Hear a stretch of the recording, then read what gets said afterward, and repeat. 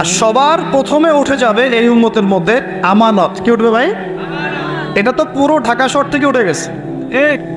ঢাকা শহর কেউ কাউকে বিশ্বাস করতে পারে না। স্বামী পর্যন্ত স্ত্রীকে বিশ্বাস করতে পারে না, স্ত্রী স্বামীকে বিশ্বাস করতে পারে না, ভাই ভাইকে বিশ্বাস করতে পারে না, বোন বোনকে বিশ্বাস করতে পারে না। হ্যাঁ, ইমাম সাহেবকে কমিটি বিশ্বাস করতে পারে না, কমিটিকে ইমাম সাহেব বিশ্বাস করতে পারে না, মাহফিল কমিটিকে বক্তা বিশ্বাস করতে পারে না, বক্তাকে মাহফিল কমিটি বিশ্বাস করতে পারে না। হ্যাঁ, তারপর দেখা যায় যে বস, অফিসের বস কর্মীদেরকে বিশ্বাস করতে পারছে না, কর্মীরা বসকে বিশ্বাস করতে পারছে না, শাসক জনগণকে বিশ্বাস করতে পারে না, জনগণ শাসককে বিশ্বাস করতে পারে না। সর্বত্র চলছে অবিশ্বাস, অবিশ্বাসের যুগ। বাজারে যাবেন এই কেনাকাটা করতে, বলবে একদম টাটকা ভাই, একদম ফ্রেশ, 7 দিনের জিনিস নরমালিন মাইনে আপনি খাওয়াই দিয়ে দিল। বিরিয়ানি তো আমাদের এখানকার একটা কালচার। বিরিয়ানির ইয়েতে যাবেন, গরু বলে যে কত কুকুর শিয়াল খাওয়াই দিচ্ছে, আল্লাহ ভালো যান, তাই না? গরু খাসি বলে কুকুর শিয়াল খাওয়াই দিচ্ছে, একদম তাজা দেশি মুরগি বলে মরা মুরগি খাওয়াই দিচ্ছে। হ্যাঁ, বড় বড় রিনাউন কয়েকটা অভিযান করলো না কয়েকদিন আগে, দেখলেন মানুষকে মারার মতো বিষাক্ত রং মিশিয়ে খাওয়াই দিচ্ছে। আমানত সবার আগে উঠে যাবে, আমানত, বিশ্বাস। আমানতদার ব্যক্তিকে বলা হবে খেয়ানতকারী ব্যক্তি, আর খেয়ানতকার যে ওকেই বলা হবে আমানতদার। যে আমানতদার তাকে বলা হবে খেয়ানতকারী, আর যে খেয়ানত করে ওকেই বলা হবে আমানতদার। তখন আল্লাহ পাকের আযাব আসবে প্রতিটা ক্ষেত্রে। বলবে যে ভাই মাছটা ফ্রেশ, দেখবেন যে পচা মাছ, ভাই যে ফ্রেশ গরুর মাংস, দেখবেন যে ওটাকে একদম ইঞ্জেকশন মেরে মেরে মেরে গরুটাকে ফুলাই দিয়েছেন। কোনো কোনো সময় দেখা যায় ডাব খেতে আসেন শহরে, ডাব রাস্তার পাশে ডাব বিক্রি করতেছে, ডাব কেটে দেখবেন পানি অর্ধেক নাই, সিরিঞ্জ দিয়ে পানি বের করে ফেলছে। কোন যুগে আসে? এটা আমাদের শহর ভাই, আমাদের শহর, যেখানে আমরা সবাই দাড়ি টুপি নিয়ে ঘুরে বেড়াই। আমরা বাইরে একটা অভিনয় করতেছি, আমরা আসলে বাইরে একটা অভিনয় করতেছি। আমরা মনে হয় নিজের সাথেই অভিনয় করছি, আমরা এখন মনে হয় নিজেদের সাথেই নিজের অভিনয় করছি। বাইরে গিয়েছি স্ত্রী শপিং করতে, এদিকে বয়ফ্রেন্ডের সাথে ডেটিং মেটিং করে বাসায় এসে স্বামীকে বলছে তোমার জন্য শার্ট কিনে নিয়ে আসলাম। হ্যাঁ, এদিকে স্বামী বাসা থেকে বের হয়েছে, ওইদিকে অফিসের কলিগদের সাথে দুই চারটার সাথে তার অবৈধ সম্পর্ক। ঠিক আছে, মানি ব্যাগ সার্চ করলে কন্ডম পাওয়া যায়, মানি ব্যাগ সার্চ করলে কি পাওয়া যায়? কন্ডম পাওয়া যায়। এবার প্রোটেকশন, এগুলো না করলে এইডসের রোগ হবে। শিখিয়েছে যে যৌন সম্পর্ক করেন, অবৈধ যৌন সম্পর্ক করেন, কিন্তু প্রোটেকশন নিয়ে করেন, এগুলো শেখাচ্ছে মানুষ। তো এই জেনাকারী সমাজের উপর আল্লাহর গজব আসবে না তো কি আসবে বলেন? কি আসবে? ও বাইরে গিয়ে আরো 2-3টা মেয়ের সাথে সম্পর্ক করে বাসায় আসে, স্ত্রীকে বলছে আমি তোমাকেই সবচেয়ে বেশি ভালোবাসি। মানে এখানে জেনাকে উস্কে দেওয়া হচ্ছে, আর হালাল সম্পর্ক, হালাল বিবাহ, এটাকে প্রতিবন্ধকতা সৃষ্টি করা হচ্ছে। আপনি হালাল বিয়ে করতে চান, পারবেন না, কঠিন। যৌতুক, এখানে আবার যৌতুকের ব্যাপার আছে। ভাবখানা এমন যে বিয়ে মানে একটা বাণিজ্য, মানে যখন মেয়ের বাবা বিয়ে দিবে, মেয়েটাকে পার করছে বড় অঙ্কের একটা টাকা দরকার এখানে। হ্যাঁ, আর ছেলের বাবা যখন মেয়ে নিয়ে আসছে, সেখানে আবার বড় অঙ্কের যৌতুক ইম্পোজ করছে। মেয়ের বাবা দিচ্ছে বড় অঙ্কের মোহর, আমার মেয়েকে বিয়ে করতে চাও, 20 লাখ টাকা মোহর লাগবে। ও ছেলের সামর্থ্য নাই, ও বলছে ঠিক আছে, আচ্ছা লিখুক, পরে বাসর রাত্রে মাফ করাই নিব। তো বাসর রাত্রে মাফ করাই নিচ্ছে, তারপরে সারা বছর, এটা সারা জীবন দেওয়ার কোনো নাম নাই, মেয়ের হক আছে পেল। এদিকে মেয়ের বাপও কম চালাক না, হ্যাঁ, সে আবার মোহর যেমন বাড়িয়েছে, ছেলের বাপও কম চালাক না, সে আবার এদিকে যৌতুক ইম্পোজ করেছে। ওই যৌতুকের টাকাটা নিয়ে মোহরটা দিব। সবাই চালাক, সবাই স্মার্ট। মানে প্রতারণা, অবিশ্বাসের যুগ চলছে, এটা প্রতারণা, অবিশ্বাসের যুগ। একটা মেয়েকে বাইরে পাঠিয়েছেন বাবা, সেই মেয়ে বাবার কাছে খুব ভালো, দুধ খেতে মানে নাক চিপলে দুধ বেড়ায়, এমন একটা অবস্থা মেয়ের। বাইরে দেখবেন প্রাইভেটে গিয়ে, কোচিংয়ে গিয়ে 8-10টা প্রেম করা শেষ। হ্যাঁ, ছেলেকে পাঠিয়েছেন ইউনিভার্সিটি, বিশ্ববিদ্যালয়, আমাদের শহরে, ছেলে খুব ভালো বাবার কাছে, একদম নাক চিপলে দুধ বেড়ায়। বাইরে গিয়ে দেখবেন এদিকে 8-10টা মেয়ের সাথে সম্পর্ক করা শেষ। এই যে পিচ্ছি ছেলেকে আমরা রাস্তাঘাটে দেখি, ঢাকা শহরের কিশোর গ্যাং তৈরি করেছে, কিশোর গ্যাং। হ্যাঁ, গুন্ডা মেয়ে, ওই তামিল কিছু মুভিজ দেখায়, হ্যাঁ, মারামারি করছে, একটা ঘুষি দিলে একদম গাছের উপর উঠে যায়। হ্যাঁ, ওগুলো দেখে শিখছে, হকি স্টিক নিয়ে, চাকু চাপাতি নিয়ে ঘুরে বেড়াচ্ছে। আমরা টঙ্গি দিয়ে আসার সময় দেখেছি আমাদের সামনে, বাট আমাদের গাড়ির সামনে দৌড় দিয়ে ছো মেরে একটা মেয়ের কান থেকে একদম দুল ছিঁড়ে নিয়ে চলে যাও। কানে দুল পড়ে আছে একটা মহিলা, কান টেনে ছিঁড়ে নিয়ে চলে গেল। মোবাইল ফোনে কথা বলছেন, গ্লাসটা খোলা, এইটুক সময়ের মধ্যে ছো মেরে মোবাইল ফোন নিয়ে চলে গেল। হ্যাঁ, এটা আমাদের শহর। ছোটো ছোটো বাচ্চাকে 10 বছর 15 বছর হাইস্ট 20 বছর বয়স, কিশোর গ্যাং।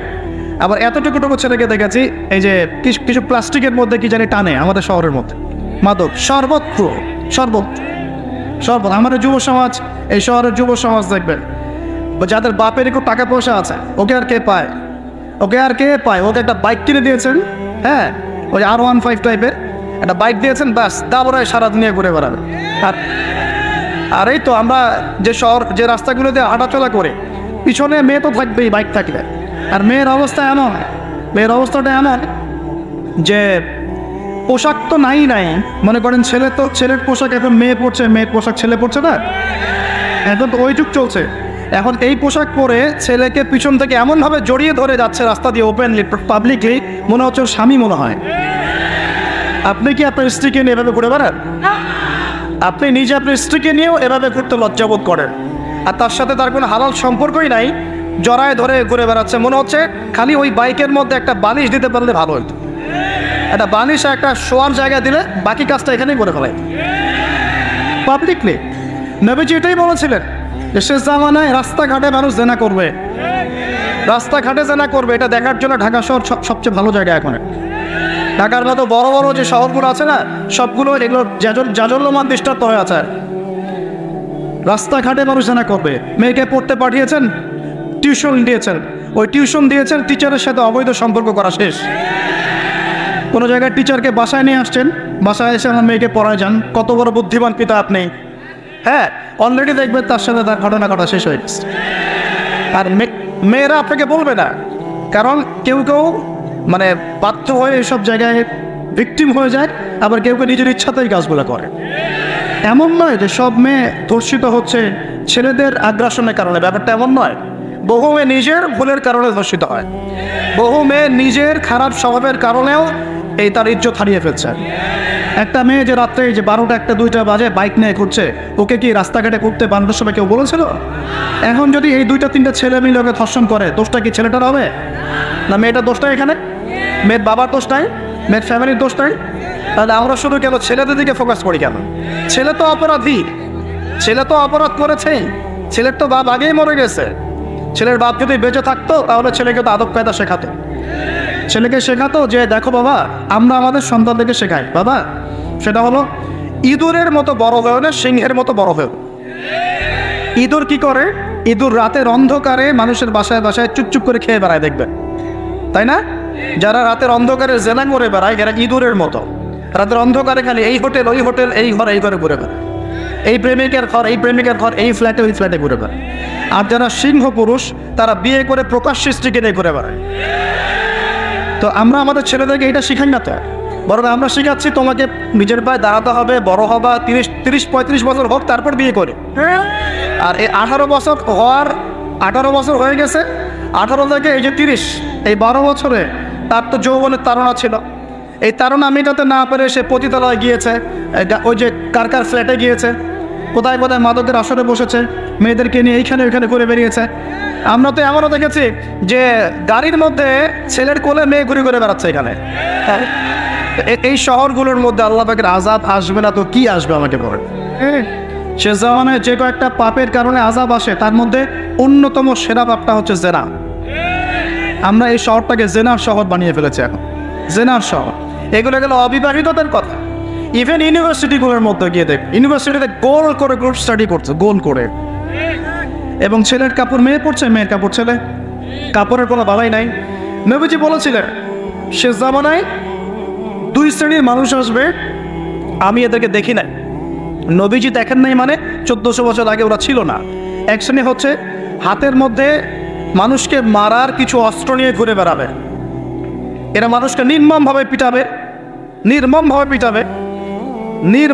মানুষকে পিটাবে। এই শ্রেণীকে আমি দেখিনি, এরা আসবে পরে।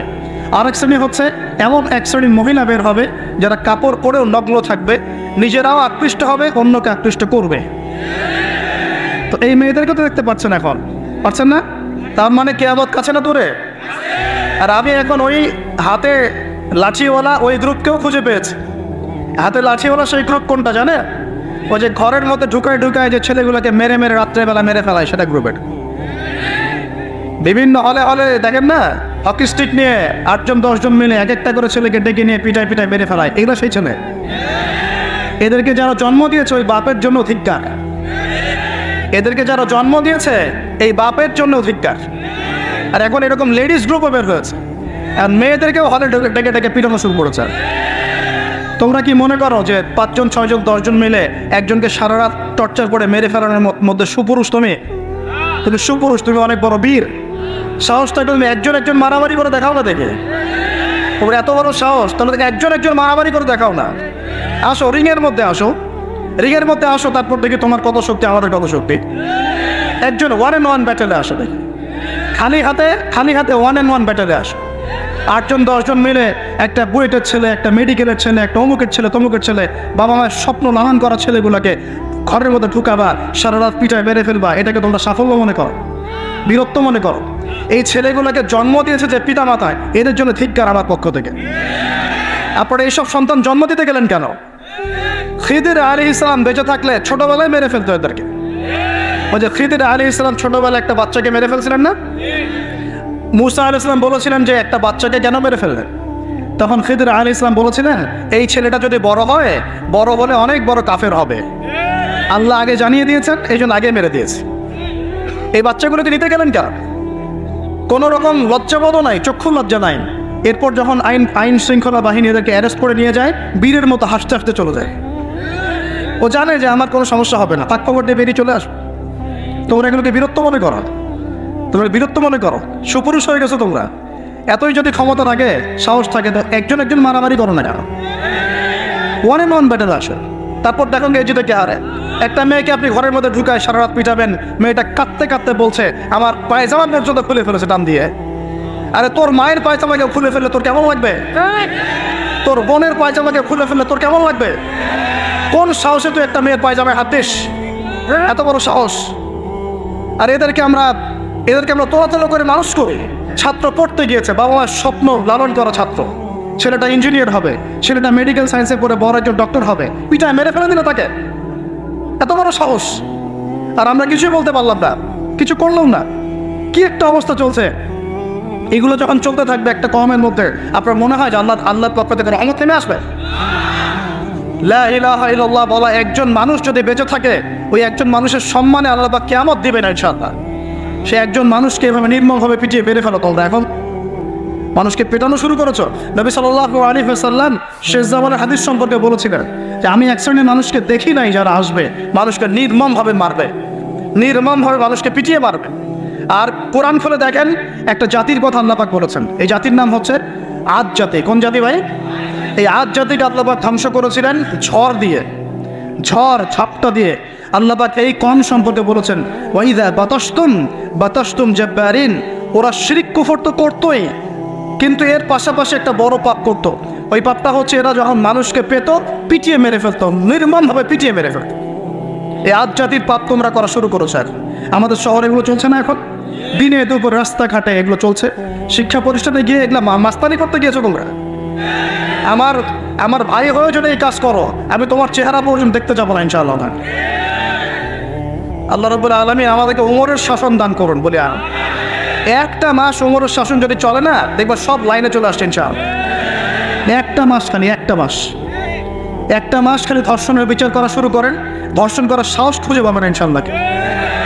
কোনো মাদ্রাসাতে আমরা দেখেছি, কোনো মাদ্রাসাতেও এই যে হাফেজ ছাত্র হতে গিয়েছে, বাবা মা হাফেজ বানাবে, মাদ্রাসায় পাঠিয়েছে, মাদ্রাসার শিক্ষক ছেলেটাকে বালাৎকার করে রেখে দিয়েছে। হ্যাঁ, ঢাকা শহরের ঘটনা বলছে। আমাদের সন্তান থেকে কোথায় পাঠাবো তাহলে? পাপ যেই করুক পাপী। এখানে যদি দাড়ি টুপিওয়ালা মানুষও পাপ করে, তাকেও শাস্তির আওতায় নিয়ে আসতে হবে আল্লাহ পাক তৌফিক দেন। মাদ্রাসায় আপনি ছাত্রকে বালাৎকার করবেন, মাদ্রাসায় আপনি সমকামিতা করবেন, আপনার তো লিঙ্গ কেটে জাতির সামনে উপস্থাপন করা দরকার। ওমরের শাসন হলে এটাই হতো। ওমরের শাসন হলে আল্লাহর কসম করে বলছে এগুলোই হতো। ওয়াজ মাহফিলগুলোকে, দিনের এই পবিত্র আমানতগুলোকে অনেক জায়গায় ঠাট্টা মশকরের পাত্র বানানো হয়েছে। কোথাও দেখা যায় যে ওয়াজ মাহফিল সিজনে যে বললাম ডিজে জিকির চালু করা হয়েছে। ফাইজলামি শুরু করছো দিন নিয়ে, তোমরা ফাইজলামি শুরু করছো। ইনশাআল্লাহ তাআলা অচিরেই এই উম্মতের মধ্যে এমন নেতৃত্ব আসবে ইনশাআল্লাহ, যে নেতৃত্বের আন্ডারে ইনশাআল্লাহ তাআলা জমিন থেকে জুলুমের শেকড় উপরে যাবে ইনশাআল্লাহ। আমরা আল্লাহর কাছে দোয়া করি, আল্লাহ পাক আমরা বেঁচে থাকি না থাকে এমন প্রজন্ম যেন আল্লাহ পাক নিয়ে আসেন ইনশাআল্লাহ। সারা দুনিয়া জুড়ে ফাইজলামি শুরু হয়ে গেছে, সারা বিশ্ব জুড়ে এই যে পশ্চিমাদের যে আগ্রাসন, মুসলিম বিশ্বের আনাচে কানাচে অসহায় মুসলিমদেরকে নির্যাতন করা হচ্ছে নির্মমভাবে। একটা বাচ্চা সে জানে না যে শিয়া কি সুন্নি কি, বোম মেরে নষ্ট উড়িয়ে দেওয়া হবে, মাথার খুলি উড়িয়ে দেওয়া। একটা বাচ্চা, একটা মা জানে না শিয়াইজম কি সুন্নিজম কি, মিসাইল মেরে বোম মেরে হত্যা করে দেওয়া। ফাইজলামি শুরু হচ্ছে সারা বিশ্ব জুড়ে, এগুলোই চলতেছে। সারা বিশ্ব জুড়ে মিডিয়ার মধ্য দিয়ে মুসলিমদেরকে আজকে সন্ত্রাসী বানানো হয়ে গেছে। সারা বিশ্বে রক্তও ঝরবে আমাদের, আবার আমাদেরকেও সবাই সন্ত্রাসী বলে বেড়াবে। নাটক শুরু করেছে নাই নাটক। সারা বিশ্ব জুড়ে সবচেয়ে শান্তিকামী মানুষ কারা? আমরা অন্য কেউ আছে? সারা বিশ্বের মানুষের, নিরীহ মানুষের রক্ত কাদের হাতে লেগে আছে? আমাদের হাতে। আমরা ইরাকে মানুষ হত্যা করেছি, আমরা আফগানিস্তানে মানুষ হত্যা করেছি, আমরা উইঘুরদেরকে হত্যা করেছি, আমরা রোহিঙ্গাদেরকে হত্যা করেছি, আমরা বিগত 12, 14, 15 বছর ধরে সিরিয়াতে বাচ্চাদেরকে হত্যা করেছি, বিগত প্রায় 70 বছর থেকে প্যালেস্টাইনে আমরা মানুষকে হত্যা করেছি। আমরা কি এই যে লেবানন, জর্ডান এই জায়গাগুলোতে মানুষকে আমরা মারছি? তাহলে সারা বিশ্বে আমাদেরকে আজকে সন্ত্রাসী কেন বলা হবে? কী কারণে বলা হবে? আর আমরা কেউ কোনো কথাও বলি না, মন থেকে ঘৃণাও করি না। এই কথাগুলো বলবেন কারা? বলবেন তো আনে বলা। এখন যদি আমরা এই ওয়াজ মাহফিলের স্টেজগুলোকে সার্কাসের মঞ্চ বানিয়ে ফেলি, এই আমানতের হক কে আদায় করবে? কে আদায় করে? আল্লাহ পাক আমাদের সবাইকে বোঝার তৌফিক দান করুন। আমরা আশা করি ইনশাআল্লাহ তাআলা আমাদের উপরে যারা আছেন তাদের বোধোদয় হবে ইনশাআল্লাহ তাআলা। আর আল্লাহ পাকের গজব যখন নেমে আসবে কেউ ঠেকাতে পারবে না ইনশাআল্লাহ। আমি বলে দিয়েছি প্রথমেই, সব কিছুর মালিককে, সব ক্ষমতা কার হাতে? প্রিয় যুবক ভাইয়ের স্পেশালি আগামী দিনে ইসলামের পতাকা হাতে নিয়ে বিশ্বকে চ্যালেঞ্জ করার জন্য এখন থেকে প্রস্তুত হয়ে যান। একদিনের মাহফিল দিয়ে কিচ্ছু হবে না, একদিনের মাহফিল দিয়ে গরম বক্তব্য দিয়েও কিছু হবে না। আপনাদের সবাইকে কনস্ট্রাকটিভ কাজ করতে হবে। প্রত্যেক মুসলিম ভাইকে 5 ওয়াক্ত নামাজ আদায় করতে হবে, আল্লাহ পাক তৌফিক দান করেন। প্রত্যেক ভাইয়ের যাদের যাকাত ফরজ হয়েছে, যাকাত অবশ্যই দিতে হবে। বেশি বেশি দান সৎকার করবেন। নিজের পরিবারের মধ্যে কোনোভাবেই অনইসলামিক কোনো সংস্কৃতি আসতে দিবেন না। নিজের পরিবারের মধ্যে পর্দা প্রতিষ্ঠা করবেন। কোনো অবস্থাতেই হারাম রিজিকের দিকে যাবেন না ইনশাআল্লাহ। আপনার সন্তান সন্ততিদেরকে ছোটোবেলা থেকেই মুসলিম রূপে মানুষ করবেন, কোনো রকম অমুসলিম কালচারে বড় করবেন না। আপনার সন্তানদেরকে ছোটোবেলায় কোরআন শেখাবেন, হাদিস শেখাবেন, আলেম ওলামা সহবত দিবেন, হকপন্থী আলেম চিনবেন, তাদের কাছে সন্তানদেরকে পাঠাবেন ইনশাআল্লাহ। ইসলামকে নিয়ে ঠাট্টা বিদ্রুপ করবেন না, রং তামাশা করবেন না। এই যুগ সম্পর্কে সচেতন থাকবেন। কি হচ্ছে, কি চলছে, হাদিসে কি আছে, কোরআনে কি আছে, সামনে কি হতে পারে, সচেতনতা তৈরি করবেন। এই চলমান ফিতনাময় পরিবেশে নিজের ঈমান আমলকে এমনভাবে ধরে রাখবেন যেমন করে হাতের মধ্যে মানুষ আগুন ধরে রাখে, ঈমান ধরে রাখে। পরিবারের মধ্যে বেপরদামিকে স্থান দিবেন না। পরিবারের ছেলে কি করছে, মেয়ে কি করছে, আপনার আত্মীয় স্বজনের হক ঠিক আছে কিনা, প্রতিবেশীর হক ঠিক আছে কিনা, প্রতিটা বিষয়ে as a Muslim leader of the family আপনাকে এগুলো দেখতে হবে, আল্লাহ পাক তৌফিক দান করুন। এবং বেশি বেশি সামাজিক কিছু অ্যাসোসিয়েশন গড়ে তুলবেন যেগুলো সামাজিক অন্যায়গুলোকে প্রতিরোধ করবে ইনশাআল্লাহ। সামাজিকভাবে ন্যায় ছড়িয়ে দিবে, সামাজিকভাবে ইসলাম ছড়িয়ে দেবে ইনশাআল্লাহ তাআলা। শিক্ষা প্রতিষ্ঠান গড়ে তুলবেন যেখানে জেনারেল এবং ইসলামিক শিক্ষার সমন্বয় থাকবে, আলোকিত প্রজন্ম গড়ে উঠবে ইনশাআল্লাহ তাআলা। এরকম সমাজের অবস্থায় কি আল্লাহর আযাব আসবে না রহমত আসবে? এই হচ্ছে আমাদের সমাজের অবস্থা। এখন কতগুলো বলে শেষ করব। প্রতি ঘরে ঘরে ব্যভিচার ঢুকে পড়েছে, ঘরে ঘরে ব্যভিচার, পরকীয়া ঢুকেছে, পরকীয়া। আর অর্থনৈতিক ক্ষেত্রে ঘরে ঘরে ঢুকেছে সুদ আর সুদ, ঘুষ ঢুকেছে ঘুষ, এদিকে সুদ ঢুকেছে, দুর্নীতি ঢুকেছে, অন্যের সম্পদ অন্যায়ভাবে হস্তক্ষেপ করার নোংরা সংস্কৃতি ঢুকে পড়েছে প্রত্যেক জায়গায় জায়গায়। আমাদের ইয়াং জেনারেশন নিজেদের ইতিহাস ভুলে গেছে যে আমরা কার উত্তরসূরি। খালিদ বিন ওয়ালিদের নামও তারা জানে না, ওমর ইবনে খাত্তাবের নাম জানে না, তারেক বিন জিয়াদকে চিনে না, মুহাম্মদ বিন কাসিমকে চিনে না। এরা ক্রিস্টিয়ানো রোনাল্ডোকে চিনে, এরা মেসিকে চিনে, নেইমারকে চিনে, এরা আমাদের ক্রিকেটারদেরকে চিনে। মাশাআল্লাহ, দেখো দিন দিন আমরা বিপদে যাচ্ছি, তারা হেদায়েতের দিকে আসছে। যারা এখন বিপদকামী ছিলেন আমরা মনে করতাম, তারাই এখন হেদায়েতের দিকে আসছেন। আর আমরা এখন মুসলিম ঘরে জন্মগ্রহণ করে নামাজ ছেড়ে দিচ্ছি, কোরআন পড়া ছেড়ে দিচ্ছি। এটা কি ধরনের কথা? আমার পরিবারের মা বোনরা কীভাবে বেপরদায় বাইরে যায়, আমার পরিবারের কর্তা আমি কেমন করে আমার পরিবারের স্ত্রী সন্তান মেয়েরা বাইরে বেপরদায় যাবে, কিভাবে যাবে? আমি তো পরিবারের কর্তা, আমি পরিবারের স্বামী, আমার স্ত্রী কেমন করে বেপরদায় বাইরে যাবে? আমার ছেলে কেন নামাজ পড়বে না? নামাজ না পড়ে সে ভাত খাবে কিভাবে? নামাজ না পড়ে আমার পরিবারে আমার ছেলে ভাত খাবে কিভাবে? আমার মেয়ে কেমন করে ভাত খাবে? অতএব পরিবারটাকে শক্ত করেন, হালাল খান, সামাজিকভাবে ইসলামটাকে এগিয়ে নেন, ইনশাআল্লাহ দেখবেন একদিন বড় পরিসরে ইসলাম কায়েম হয়ে যাবে ইনশাআল্লাহ। আর আমরা কারোর জন্য বদদোয়া করবো না, আমরা দোয়া করবো আল্লাহ পাক যেন ঊর্ধ্বতন কর্তৃপক্ষ সবাইকে হেদায়েত দান করেন এবং অন্যায়ের বিরুদ্ধে দাঁড়ানোর তৌফিক দান করেন এবং তাদের হাতে হলেও আল্লাহ পাক যেন ন্যায় প্রতিষ্ঠা করার তৌফিক দান করেন। আর ন্যায় কোনটা ন্যায় কোনটা অন্যায় এগুলো এসব প্রোটেস্ট্যান্ট মুসলিমরা আপনাদেরকে শেখাতে পারবে না। যারা ইসলাম, কোরআন, সুন্নাহ, সমকালীন বিশ্ব ইতিহাস, অর্থনীতি, সংস্কৃতি, দেশীয় কালচার সব সম্পর্কে জ্ঞান রাখে, এই মানুষরা আপনাকে বলতে পারবে কোনটা সত্য কোনটা মিথ্যা, কোনটা হক কোনটা বাতিল। একজন কবর পূজারী আপনাকে কি হেদায়েত দেবে? একজন মাজার পূজারী আপনাকে কি হেদায়েত দেবে? একজন বেদাতি আপনাকে কি হেদায়েত দেবে? হেদায়েত তো নিতে যান খালি ওদের কাছে, আর জ্ঞানী মানুষকে তো মূল্যায়ন করেন না। যারা বুদ্ধি বিক্রি করে খায় ওদের কাছে পরামর্শ নিচ্ছেন। আর কিছু বিষয় বলতে বলতে মুখের ফেনা উঠিয়ে দিলাম, তারপরেও কোনোদিনও বললেন না যে হ্যাঁ কথাটা গ্রহণ করা যায়। কি আশ্চর্য! যখন একটা সমাজের মধ্যে এই পাপগুলো ছড়িয়ে পড়বে তখন আল্লাহ পাকের গজব আসবে, এটা আসবেই। প্রতিরোধ করার কোনো সুযোগই নাই, আপনাকে প্রতিকারও করার কোনো সুযোগ নাই। তওবা করে আল্লাহর কাছে ফিরে আসতে হবে, এটাই সলিউশন। এই যে আমরা শহরের কথাই বলছিলাম, আমাদের সমাজের অন্যতম বড় একটা কিয়ামতের আলামত হচ্ছে উঁচু উঁচু বিল্ডিং নির্মাণের প্রতিযোগিতা। নবীজি জীবনের শেষের দিকে যে হাদিসগুলো বলেছেন, শেষের দিকে, তার মধ্যে কিয়ামতের বড় দুইটা আলামত বলেছেন। তার মধ্যে একটা হচ্ছে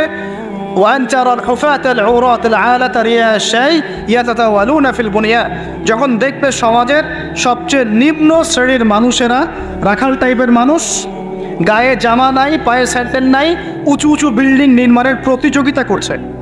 ধনীরা বিল্ডিং নির্মাণ করবে এমনটা নবীজি বলেন নাই।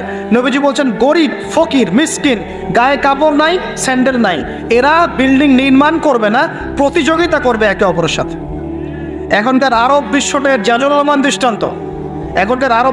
জাজলমান দৃষ্টান্ত, অনেক সালফে সালিন বলেছেন যে এই হাদিস থেকে আরবদেরকে ইশারা করা হয়েছে। এটা আমাদের ঢাকার মতো চলে আসছে। আজকালকে যার এক জানা টাকা পয়সা ছিল না, আজকে 10তলা 20তলা ফ্ল্যাটের মালিক। কিভাবে সম্ভব? সুদের মধ্য দিয়ে সম্ভব, দুর্নীতির মধ্য দিয়ে সম্ভব, কালো টাকার মধ্য দিয়ে সম্ভব, অন্যের সম্পদ অন্যায়ভাবে হস্তক্ষেপ করার মধ্য দিয়ে সম্ভব। আর মাশাআল্লাহ, যার একটা 5-10 তলা বাড়ি আছে আমাদের শহরে, অন্য মানুষকে মানুষই মনে করে না। ভাড়াটিয়াকে মনে করে যে তেলাপোকা, ককরোচ, ছিছি করে তার আছে। মানে কত যে শর্ত! কোনো কোনো সময় এমনও হয়েছে মানে বাড়ি ভাড়া চাইতে গিয়ে যে বেইজ্জত হতে হয়েছে, মনে হলো যে বাড়ি ভাড়া চাইতে গিয়ে মানে নিজের সম্মান নিজে নষ্ট করে ফেললাম আর কি। সুবহানাল্লাহ। কারণ যখন নিম্ন শ্রেণীর মানুষের কাছে অর্থ আসে তখন কিন্তু এদের মধ্যে কালচার আসে না। সম্পদ আসে ঠিকই, কিন্তু কালচার, সভ্যতা আসে না। তারা অসভ্যই থেকে যায়। কাকে সম্মান দিতে হবে কাকে দিতে হবে না সেটাও জানে না। কথা বুঝতে পারছেন? এটা আমাদের সমাজ এখন চলছে, হাইলি কনস্ট্রাক্টেড বিল্ডিংসের প্রতিযোগিতা। আর আমরা বলবো কেন, এই যে এখনকার সিকিউরিটি রিপোর্টগুলোই বলছে বেশিরভাগ বিল্ডিংয়েরই দেখা যায় যে কোনো রকমের ভিত্তি নাই। এই 5-6 মাত্রার ভূমিকম্প হয়নি, সব তত্তর করে পুরো যাবে। আরও এই যে অহংকার, আমি একটা ফ্ল্যাটের মালিক, ঢাকা শহরে মনে হচ্ছে যেন পরিচয়ের মানদণ্ড হচ্ছে এটাই। জিজ্ঞেস যদি করেন যে ভাই আপনার নাম কি করেন, বলবে ওই যে ফ্ল্যাটটা দেখছেন 10তলা, ওইটা আমার। বাপখানে এমন হচ্ছে এটাই তার পরিচয়ের মানদণ্ড। সে কি করে, সে তার শিক্ষাগত যোগ্যতা কি, কোন প্রফেশন, এগুলো বড় কথা নয়। ওই যে ফ্ল্যাটটা দেখছেন 6তলা, ওইটা আমার। অনেকে এসে পরিচয় দেয়, আমি অমুক পার্টির অমুক, আমি অমুক পার্টির তমুক, আমি অমুকের সাধারণ সম্পাদক, আমি অমুকের সভাপতি। এগুলো পরিচয়, এগুলোই মানুষের পরিচয়। আমি অমুক দল করি, তমুক দল করি। পরিচয় কি তোমার? তুমি কি এই পরিচয় দিয়ে কাল কিয়ামতের মাঠে আল্লাহর সামনে দাঁড়াবা? তোমার পরিচয়টা কি? পরিচয় হচ্ছে তোমার শিক্ষাগত যোগ্যতা কি, তুমি সমাজকে কতটুকু সার্ভ করতেছো, তোমার ইলমি যোগ্যতা কি, তুমি 5 ওয়াক্ত নামাজ পড়ো কিনা, তুমি ইসলামপন্থী কিনা, তোমার সুন্নত আছে কিনা, তুমি দিনের জন্য কি করো, এগুলো তোমার পরিচয়। আল্লাহ রাব্বুল আলামিন আমাদের কথাগুলো বোঝার তৌফিক দান করেন। আমাদের সমাজে হাইলি কনস্ট্রাক্টেড বিল্ডিংসের প্রতিযোগিতা চলছে। দেখেন, বিল্ডিং নির্মাণ করা পাপের কিছু নয়, কিন্তু এগুলোর মধ্য দিয়ে অহংকার করাটাই পাপের। আর অহংকার করলে আল্লাহ পাক এগুলোকে ধসিয়ে দিতে সময় নেবেন না। আল্লাহ পাক আমাদেরকে বোঝার তৌফিক দান করুন।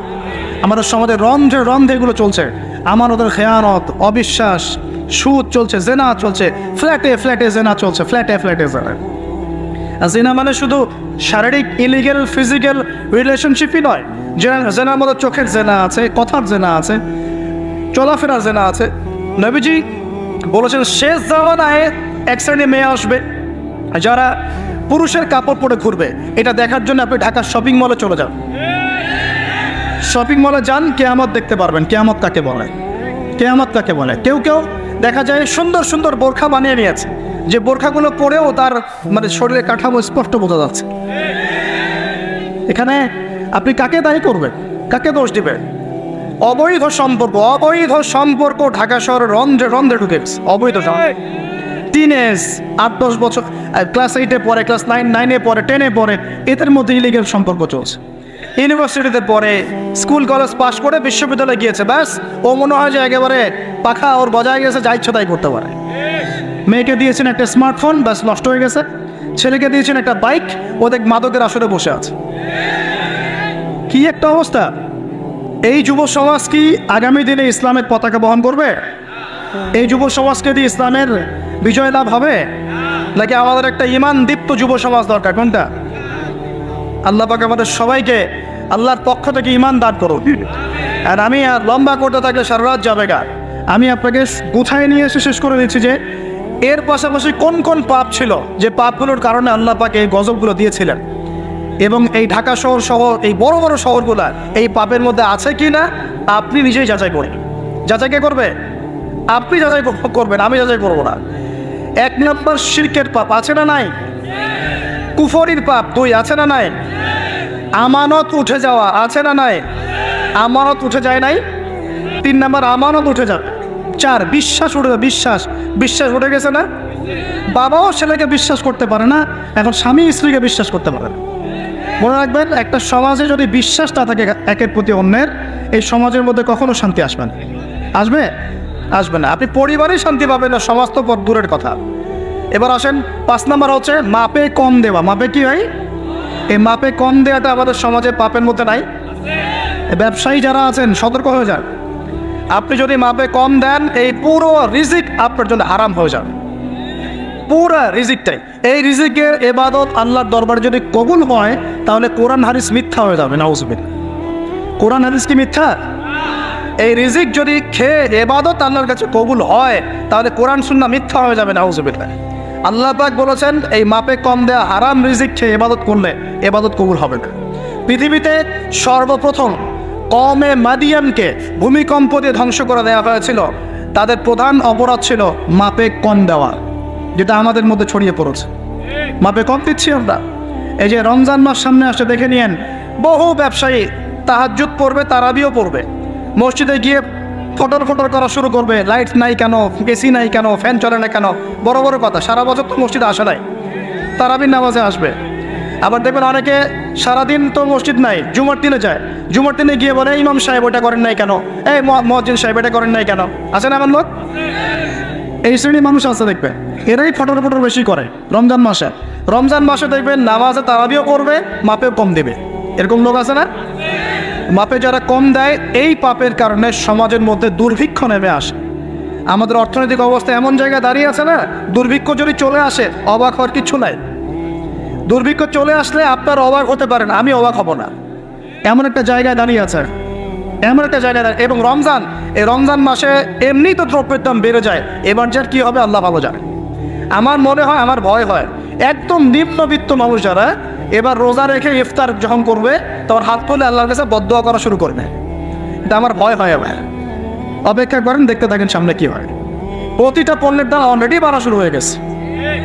কিছু কিছু বৈশ্বিক কারণ আছে, এগুলোর কারণে যেমন বাড়ছে, আবার কিছু কিছু আমাদের নিজস্ব মানবসৃষ্ট কারণ আছে, এই কারণেও বাড়ছে।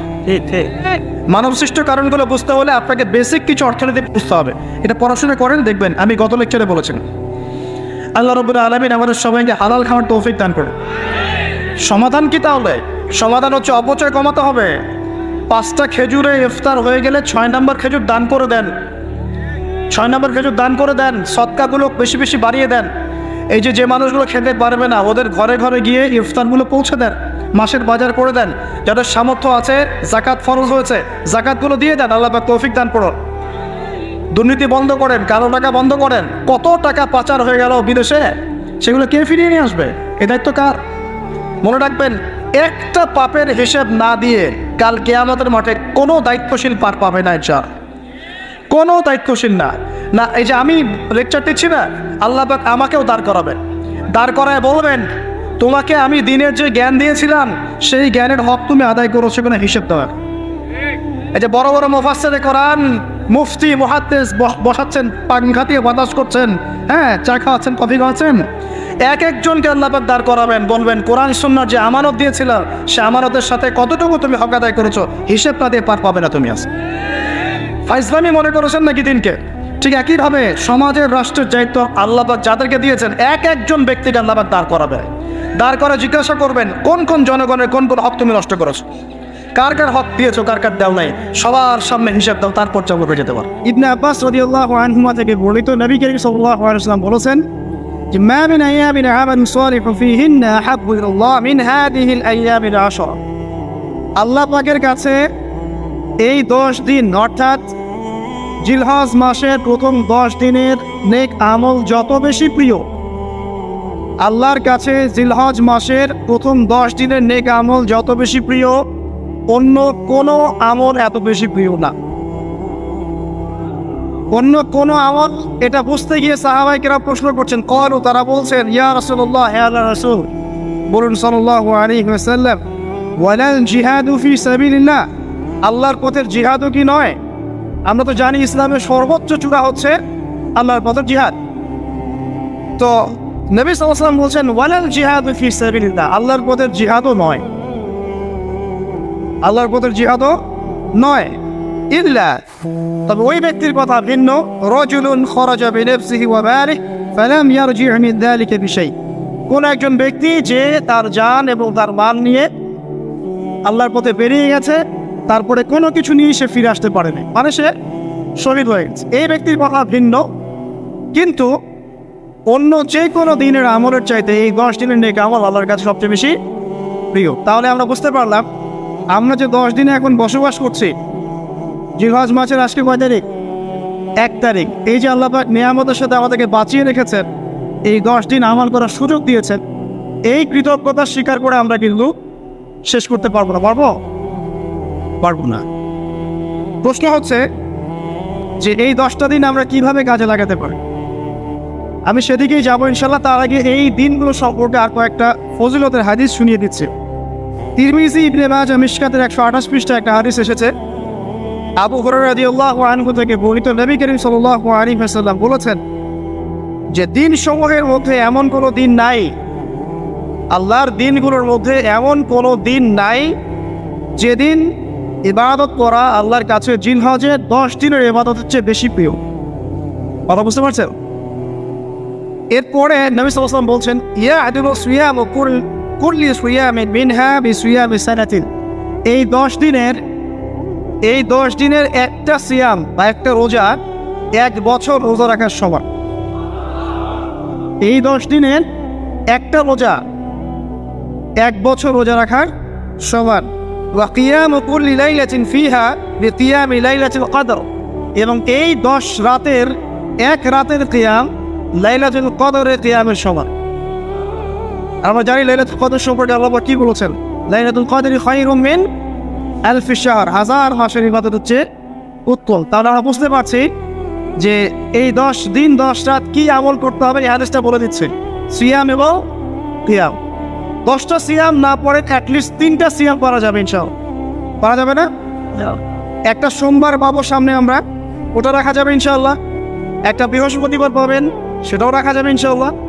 আর আরাফার সিয়াম পাবেন ইনশাআল্লাহ। আরাফার সিয়াম রাখলে আগের 1 বছর, পরের 1 বছর, 2 বছরের গুনাহ মাফ হয়ে যাবে ইনশাআল্লাহ আযজা ওয়া জাল।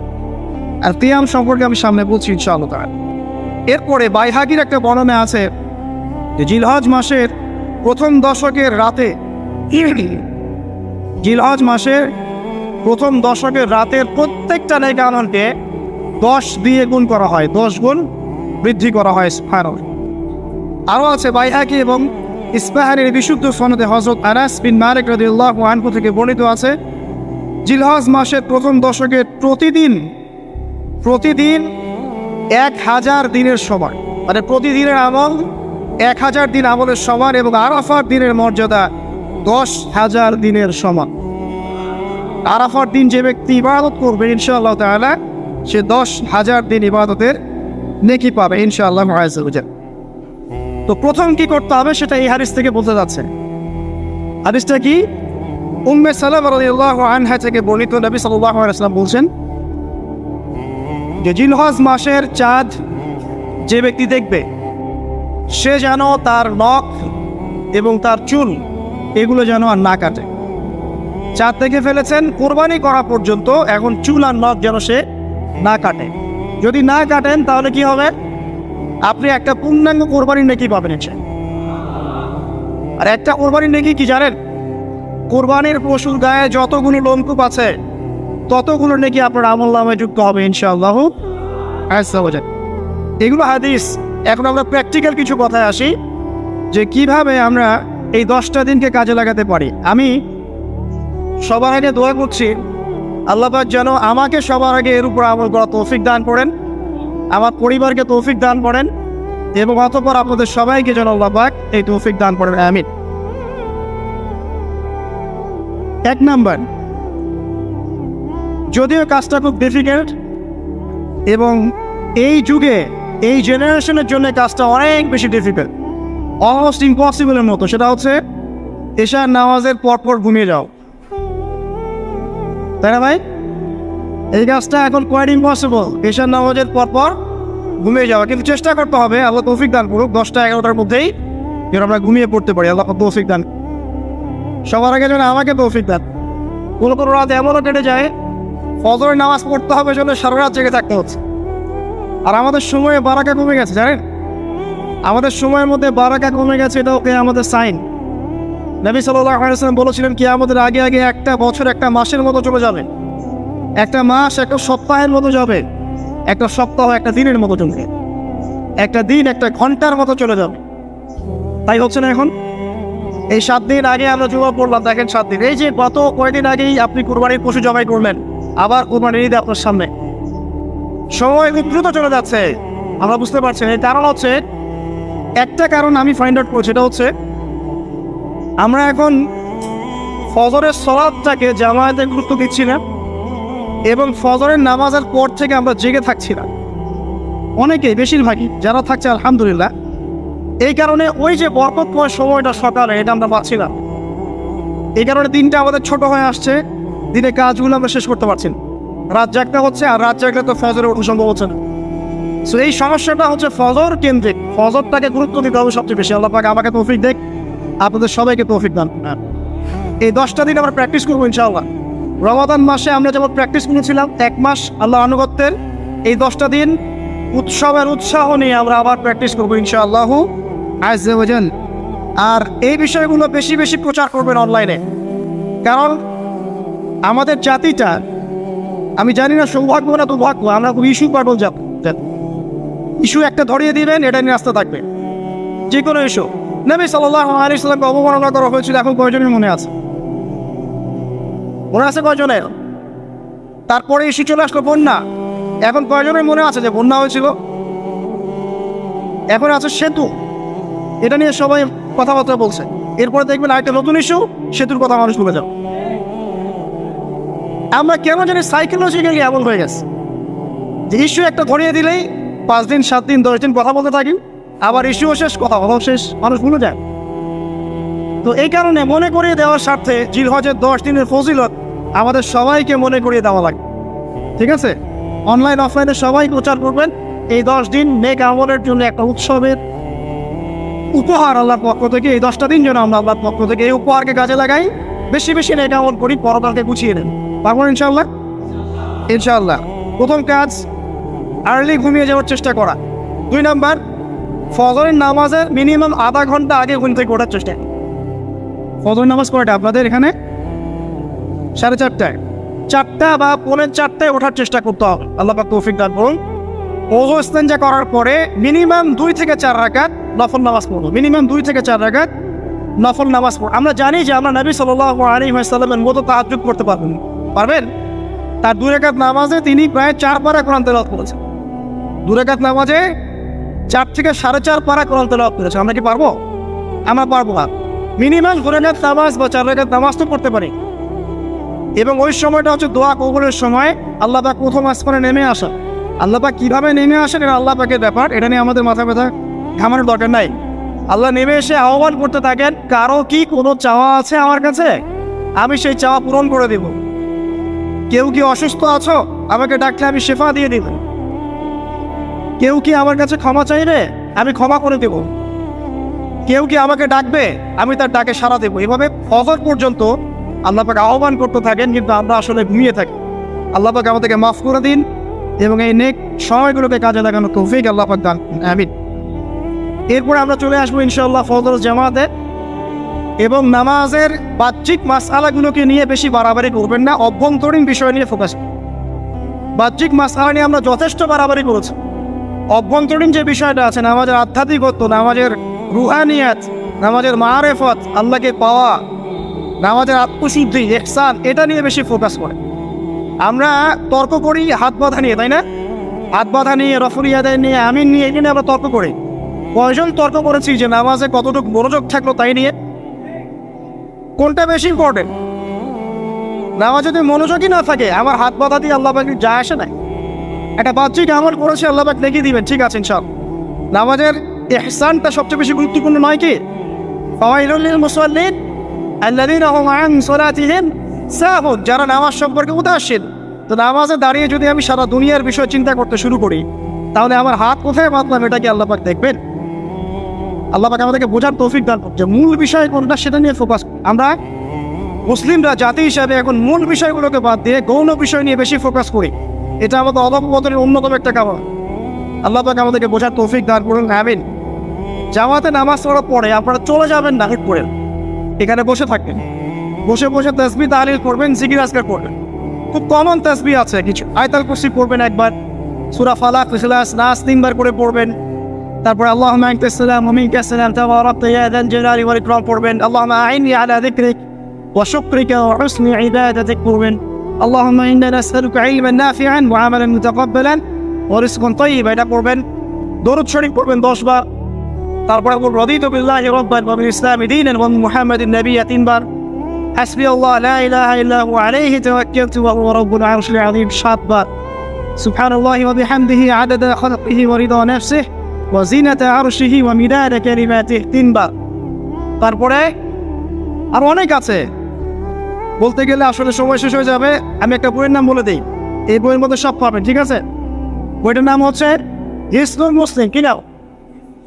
হিসনুল মুসলিম। অ্যাপসও আছে, পকেটে অ্যাপস রাখতে পারেন, পকেট সাইজ বই পাওয়া যায়, পকেটে রাখতে পারেন। নামাজের পরে খুলে খুলে পড়বেন। এগুলো করতে গিয়ে আপনাকে কেউ বাধা দিবে? এগুলো করলে কি আপনি সন্ত্রাসী হয়ে যাবেন, মৌলবাদী হয়ে যাবেন, জঙ্গি হয়ে যাবেন? এই আমলগুলো করবেন, ছাড়বেন, ঠিক আছে? আমল ছাড়বেন না। আমল সেই জিন্দেগি বানতা, একটা কথা আছে, আমল দিয়েই জীবন গঠিত হয়, জীবন গড়ে। আল্লাহ পাক তৌফিক ইনায়াত করুন। আরেকটা কথা বলি, ফজর নামাজের পরে চেষ্টা করেন আধা ঘন্টা থেকে 1 ঘন্টা কোরআন তেলাওয়াত করার। পারা যাবে ভাই ইনশাআল্লাহ? আবার বলছি, প্রত্যেক হরফে 10 নেকি পাবেন ইনশাআল্লাহ। কোরআন তেলাওয়াত করলে, অর্থ না বুঝেও যদি তেলাওয়াত করেন, প্রত্যেক হরফে 10 নেকি পাবেন ইনশাআল্লাহ। কিন্তু অর্থ না বুঝলে কোরআনের হক আদায় হয় না। আবারও বলছি, আমি যা বলেছি সেটা বলতে আমি দ্বিধা করছি না। আমি বলছি কোরআন তেলাওয়াত করলে প্রত্যেক হরফে আপনি 10 নেকি পাবেন। বোঝেন আর নাই বোঝেন, তাফসীর বোঝেন আর নাই বোঝেন, অর্থ বোঝেন আর নাই বোঝেন, প্রত্যেক হরফে কি পাবেন? 10 নেকি পাবেন। কিন্তু অর্থ না বুঝলে, অনুধাবন না করলে কোরআন নাজিলের মূল হক আদায় হবে না। কোরআন নাজিল হয়েছে তাদাব্বুরের জন্য, গবেষণার জন্য, কোরআন কেন্দ্রিক জীবন করার। যদি অর্থ না বোঝেন কেমন করে জীবন বলবেন? আর যতটুকু বুঝবো আলহামদুলিল্লাহ, যেটা বুঝবো না ওলামায়ে কেরামের কাছে যাবো, জিজ্ঞাসা করবো, জেনে নেবে, সিম্পল। আমি তো আর সব বুঝবো না, বুঝবো? আমি তো সব বুঝতে পারবো না। যেটা বুঝবো না আলেমদের কাছে জিজ্ঞাসা করে নেব। কোরআন তেলাওয়াত করুন, এরপরে চলে আসেন যদি পসিবল হয় ফজরের পর জিকির আজকার করার পর তিলাওয়াত পড়লেন, এরপর চলে গেলেন। যাওয়ার আগে, মসজিদ থেকে যাওয়ার আগে আপনি অন্তত 2টা রাকাত এই ইশরাকের নামাজ পড়ুন। কিসের নামাজ? ইশরাক। নবীজি বলেছেন কেউ যদি ফজরের নামাজ জামাতে পড়ে তারপরে সালাম ফেরানোর পর ওই জায়গাতেই বসে থাকে এবং জিকির আজকার করতে থাকে, সুবহানাল্লাহ 100 বার পড়লো, আস্তাগফিরুল্লাহ 100 বার পড়লো, ঠিক আছে, লা ইলাহা ইল্লাল্লাহ ওয়াহদাহু লা শারীকা লাহু লাহুল মুলকু ওয়া লাহুল হামদু ওয়া হুয়া আলা কুল্লি শাইইন কাদির, এগুলো পড়লো। তারপরে ধরেন দরুদ শরীফ পড়লো ইত্যাদি। জিকির আজকার শেষ করে সূর্য উঠে যাওয়ার পরে সে যদি 2 রাকাত নামাজ পড়ে, মাত্র 2 রাকাত, সে ফিরে যাবে একটা কবুল হজ, একটা কবুল ওমরার নেকি নিয়ে ফিরবে ইনশাআল্লাহ। আরেকটা নামাজ আছে, যদি পসিবল হয় পড়তে পারেন, 8টা থেকে 10টার মধ্যে পড়ে ফেললে ভালো, এরপরে সূর্য উঠে যায়, সূর্য গরম হয়ে যায়। সেটা হলো আপনার এই চাষতের নামাজ, যেটাকে আমরা বলি সলাতুদ দুহা, চাষতের নামাজ। আমরা অনেকে রিজিকের সমস্যায় ভুগি না, দারিদ্রতা, রিজিকের সমস্যা, আমাদের অভাব, এই সমস্যা আছে না? চাষতের নামাজ যে ব্যক্তি নিয়মিত পড়বে তাকে 2টা ফজিলত দেওয়া হবে। কয়টা ফজিলত? চাষতের নামাজ যে ব্যক্তি নিয়মিত পড়ে তার 2টা স্পেশাল ফজিলত। এক, তাকে দ্বীনের জ্ঞান দেওয়া হবে, মুখস্থ ক্ষমতা দেওয়া হবে, আপনি হিফজ ক্ষমতা বেড়ে যাবে, কোরআন সুন্নাহ মুখস্থ রাখতে পারবেন ভালো ইনশাআল্লাহ, আল্লাহর পক্ষ থেকে বুঝ দেওয়া হবে। আরেকটা হচ্ছে আপনার দারিদ্রতা আল্লাহ পাক দূর করে। এগুলো পরীক্ষিত আমল ভাই, এগুলো গাল গল্প বলছি না, এগুলো পরীক্ষিত। আরেকটা আছে সূরা ওয়াকিয়া, রাতে তেলাওয়াত করেন, সূরা ইযা ওয়াকাআতিল ওয়াকিয়া লাইসা লিওয়াকাতিহা কাযিবা, এই সূরাটা আপনি তেলাওয়াত করেন, দেখবেন দারিদ্রতা চলে যাবে ইনশাআল্লাহ আযজা ওয়া জাল, চলে যাবে ইনশাআল্লাহ। এবার আসুন কোরআন তেলাওয়াত নিয়ে 2টা কথা বলে দেই। কিছু কিছু সূরার কিছু কিছু অংশ মুখস্থ করে ফেলার চেষ্টা করুন। প্রত্যেক দিন এই অংশটুকু আপনি নিজে তেলাওয়াত করবেন।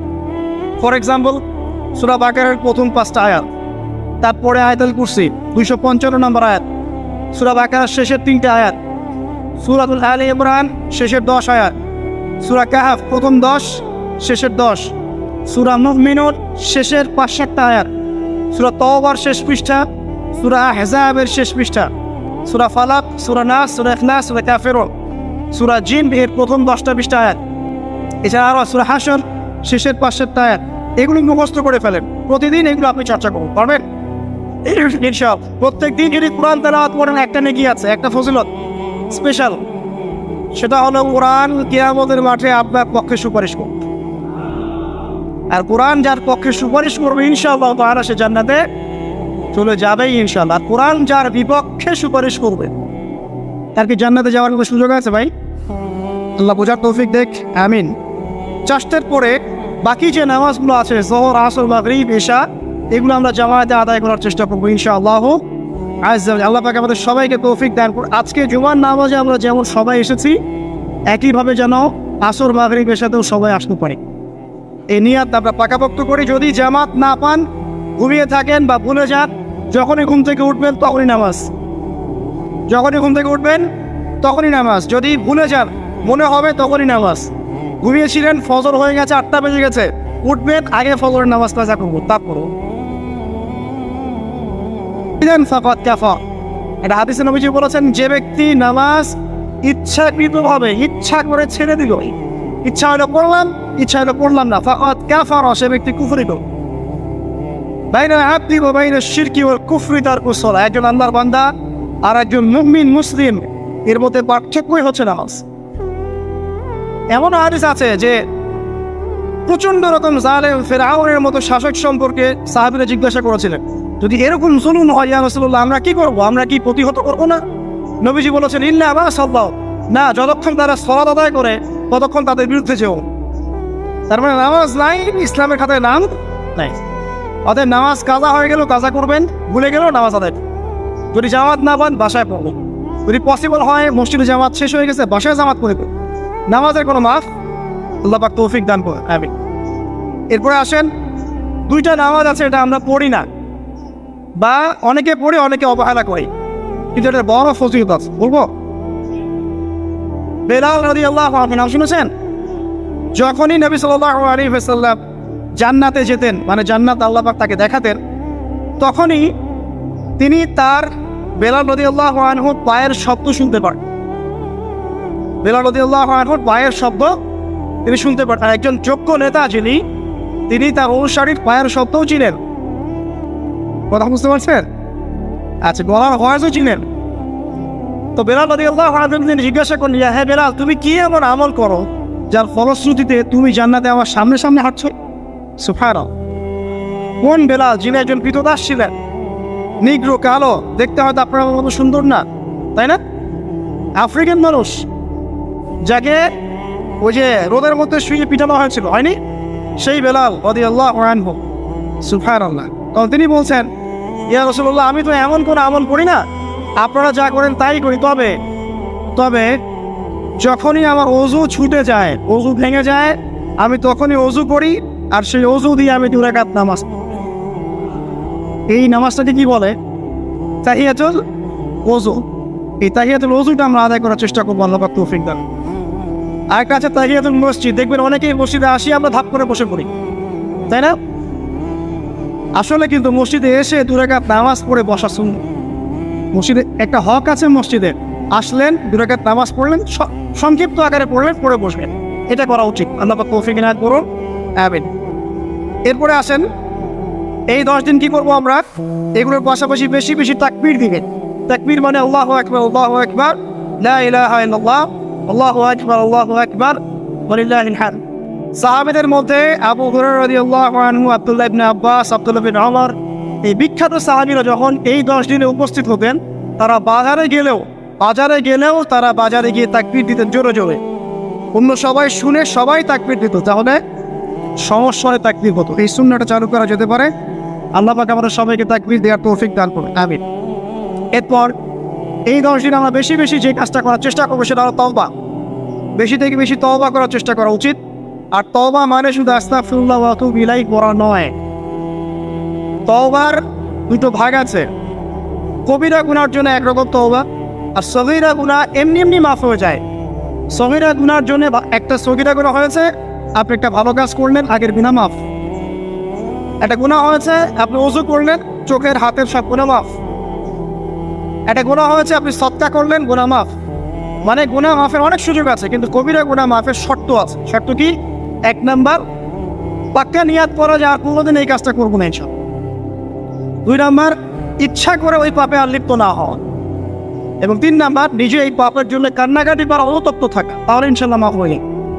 আরেকটা শর্ত আছে, যদি পাপটা অন্য কারোর সাথে সম্পৃক্ত হয়, যেমন ধরেন কারো টাকা মেরে দিয়েছেন, টাকা শোধ করেন নাই, যেটা আমাদের সমাজের ট্রেডিশন হয়ে গেছে এখন। জমি মেরে দিয়েছেন, শোধ করছেন না, মান সম্মানে হানি করছেন, মিথ্যা অপবাদ দিচ্ছেন। হ্যাঁ, এক কথায় মানুষের সাথে সম্পৃক্ত হওয়া, মানুষের ক্ষতি করেছে না, তখন কি করতে হবে? তখন ওই মানুষের কাছে গিয়ে ক্ষমা নিতে হবে। ডিফিকাল্ট, এবং এটার জন্য একটা বড় মনের দরকার আছে, মনের স্বচ্ছতার দরকার আছে। ভাই, আমি তোমার টাকা ধার নিয়েছিলাম, দেই নাই, এই নাও টাকা, শোধ করে দিলাম। ভাই, আমি তোমাকে ভালো মন্দ বলেছিলাম, তোমার গীবত করেছি, আল্লাহ তোমাকে মাফ করে দেয়, তুমি আমাকে মাফ করো। খুব ডিফিকাল্ট এগুলা করতে হলে বড় মন লাগবে। আর যদি এগুলো না করতে পারি তাহলে সমস্যা আছে। কিয়ামতের মাঠে আল্লাহ পাক ধরবেন, এবং যারা হকগ্রস্ত এদেরকে দাঁড় করাবেন। কিয়ামতের মাঠে নিজের নেকি তাকে দিয়ে ঋণ শোধ করতে হবে, অথবা তার গুনাহ নিজের আমল নামে নিয়ে ঋণ শোধ করতে হবে। কোনটা বেটার বলেন? দুনিয়াতে ছোট হওয়া না পরকালে ছোট হওয়া? তাই আমরা সবাই সবার কাছে মাফ চেয়ে নেই যে আল্লাহ পাক আমাদের সবাইকে মাফ করে দেখ। যদি আমি আপনাকে কষ্ট দিই, আপনি আমাকে মাফ করে দেন। আপনি আমাকে কষ্ট দিয়ে থাকেন, আমি আপনাকে মাফ করে দিলাম। এই বিষয়ে চলে আসেন। আল্লাহ পাক তৌফিক দান করুন, আমিন। আর একটা তওবা করুন, আস্তাগফিরুল্লাহাল্লাযী লা ইলাহা ইল্লা হুয়াল হাইয়ুল কাইয়্যুম ওয়া আতুবু ইলাইহি, দিনে 70 বার বা 100 বার। দিনে 70 বার বা 100 বার। যদি না পড়েন, অ্যাটলিস্ট এতটুকু বলবেন, আস্তাগফিরুল্লাহ ওয়া আতুবু ইলাইহি, আস্তাগফিরুল্লাহ ওয়া আতুবু ইলাইহি, 70 বার বা 100 বার। এরপরে আসেন, এই 10 দিনের অন্যতম একটা আমল হতে পারে সওম রাখা। যদি পারি এই 10টা দিন সওম রাখবো। যারা পারছি না, মিনিমাম 3টা 4টা 5টা অ্যাটলিস্ট রাখবো। আর যারা সেটাও পারছি না, কমপক্ষে আরাফার দিনের সিয়ামটা যেন মিস না যায়। ঠিক আছে? আরাফার দিনের সওম যেন মিস না যায়। আল্লাহ পাক তৌফিক এনায়েত করুন সবাইকে, আমিন। আরাফার দিনের সওম বিগত 1 বছর, আগামী 1 বছরের গুনাহ মাফের কারণ হয়ে যাবে ইনশাআল্লাহ। যত গুনাহ আমরা করেছি 1 বছরে, আরাফার সওম রাখতে সমস্ত গুনাহ মাফ হয়ে যাবে। একটা হাদিসে পড়েছিলাম, ইবলিস আরাফার দিনে সবচাইতে বেশি অনুতপ্ত হয়, মানে হতাশায় ভোগেন। একটু আগে বললাম না, ইবলিস আমাদের প্রতিবন্ধকতা, সে সবচেয়ে বেশি হতাশায় ভোগে আরাফার দিনে। আরাফার দিনে আল্লাহ পাক কাছাকাছি চলে আসেন, রহমত নাজিল হতে থাকে, সেটা দেখতে পারে। এবং আরাফার দিনে আল্লাহ পাক যত মানুষকে মাফ করে দেন এবং জাহান্নাম থেকে মুক্তি দেন, তা অন্য কোনো দিনে করেন। অগণিত অসংখ্য মানুষকে আল্লাহ পাক আরাফার দিনে মাফ করে দেবেন।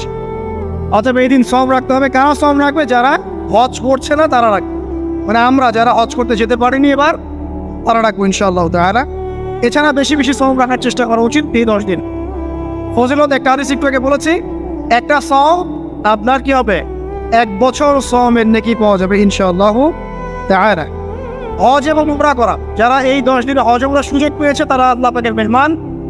আমরা দোয়া করবো আল্লাহ পাক তাদের সবাইকে সুস্থতার সাথে হজ করার তৌফিক দান করুন, এবং আমাদেরকেও জীবনে অন্তত একটাবার হলেও মাকবুল হজ করা তৌফিক আল্লাহ পাক দান করুন। আমিন।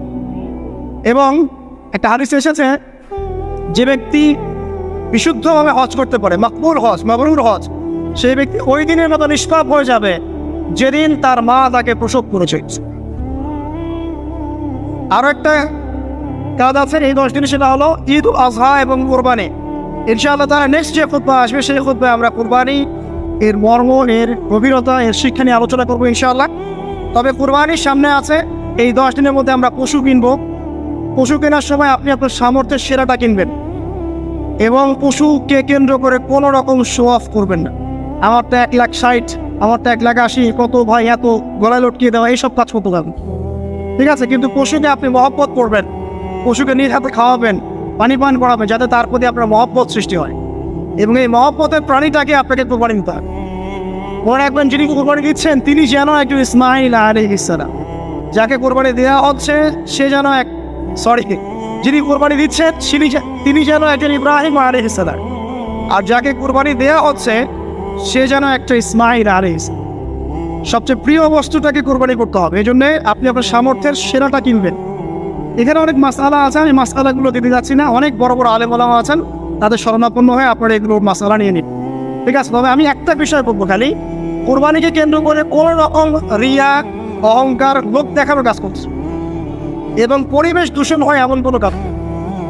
জাস্ট ইসলামের সৌন্দর্য ফুটিয়ে তুলবেন, এর যে হক, মিসকিনের হক, আত্মীয়দের হক, এটা ঠিকঠাক মতো আদায় করবেন। এখানকার গোশত, রক্ত, মাংস কোনো কিছু আল্লাহর কাছে যাবে না, শুধুমাত্র আমার বিশুদ্ধ ইখলাসটাই আল্লাহর কাছে যাবে। অতএব এটা মনে রেখে কোরবানি করা উচিত। আল্লাহ পাক তৌফিক এনায়েত করুন, আমিন। ইনশাআল্লাহ কোরবানির গভীর শিক্ষা সম্পর্কে আগামী জুমায় কথা হবে। আর সর্বশেষ কথা হলো যে এই কাজগুলো, কোরবানি বলেন, এই যে নামাজ, তাসবিহ, তাহলিল, কোরআন তেলাওয়াত, তাওবা, তাকবীর, সওম, এই যে কাজগুলো, এই কাজগুলো পারিবারিকভাবে এবং সামাজিকভাবে করার চেষ্টা করে, তাহলে ইসলামিক সংস্কৃতি, হৃদ্যতা, ভালোবাসা ফুটে উঠবে। ইসলামের সৌন্দর্য অমুসলিমদের কাছে পরিস্ফুটিত হবে। ইনশাআল্লাহ দেখবেন এই সৌন্দর্য দেখে তারা ইসলামের পথে ফিরে আসবে ইনশাআল্লাহ।